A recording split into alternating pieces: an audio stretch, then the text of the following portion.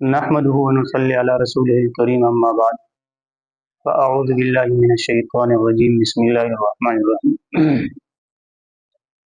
میرے قابل احترام دوستوں اور بزرگوں،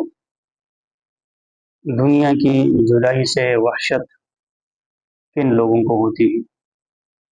یا آپ کو دوسرے الفاظ میں یوں سمجھیے کہ ہمیں موت سے ڈر کیوں لگتا ہے، ہم کیوں چاہتے ہیں کہ ہمیں موت نہ آئے اور ہمیں خوف ہوتا ہے مرنے سے۔ ان کی وجوہات سلیمان بادشاہ نے ابو حازم تابعی سے پوچھی ہے، اور اس بات کا جواب ابو حازم تابعی رحمۃ اللہ تعالی علیہ نے اس وقت کے بادشاہ سلیمان بن عبد الملک کو دیا تھا۔ مدینہ شریف کے ایک بادشاہ نے ایک تابعی ابو حازم رحمۃ اللہ تعالی علیہ کو بلایا اور عرض کیا کہ آپ تابعی ہیں، آپ نے نبی کریم صلی اللہ علیہ وسلم کے صحابہ کو دیکھا ہے، میں آپ سے اپنا ایک مرض بیان کرتا ہوں، اس کی وجہ بھی بتائیے اور اس کا علاج بھی تجویز کیجیے۔ اور وہ مرض یہ ہے کہ مجھے موت سے ڈر لگتا ہے اور میرا دل چاہتا ہے کہ میں ہمیشہ زندہ رہوں۔ حضرت ابو حازم تابعی رحمۃ اللہ تعالی علیہ نے سلیمان بن عبد الملک کو جواب دیا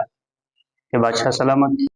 کیونکہ تم نے اپنی آخرت کو تباہ و برباد کر رکھا ہے اور دنیا کو آباد کر رکھا ہے، تو آبادی سے ویرانے کی طرف جاتے ہوئے ڈر تو لگتا ہی ہے۔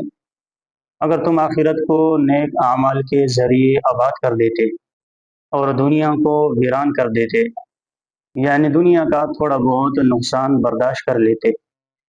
تو یہ بات نہ ہوتی، بلکہ معاملہ اس کے برعکس ہوتا۔ آج تم خود ہی موت کی تمنا کرتے اور آخرت کا شوق تمہارے دل پر غالب ہوتا۔ تو میرے قابل احترام دوستوں اور بزرگوں، یہ دنیا کی زندگی، یہ دنیا کی لذتیں، یہ عارضی چیزیں ہیں۔ آج جن لذتوں میں ہم مست ہو رہے ہیں، ایک دن یہ تمام لذتیں خواب ہونے والی ہے۔ مظاہر حق میں لکھا ہے کہ جس شخص کے دل سے دنیا کی محبت نکل جائے، ایسا شخص اگر دنیا کے کام میں مشغول بھی رہے تب بھی اس کی نیت دنیا کی نہیں رہتی، اور جس شخص کے دل میں دنیا گھس گئی،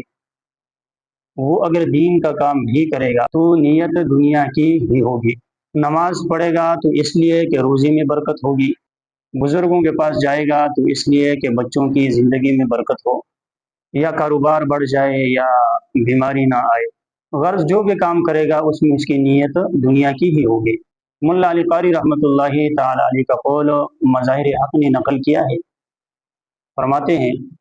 من احب الدنیا لا یهدیہ جمیع المرشدین ومن ترکها لا یفسدہ جمیع المفسدین، کہ جس شخص کے دل میں دنیا کی محبت گھس جائے،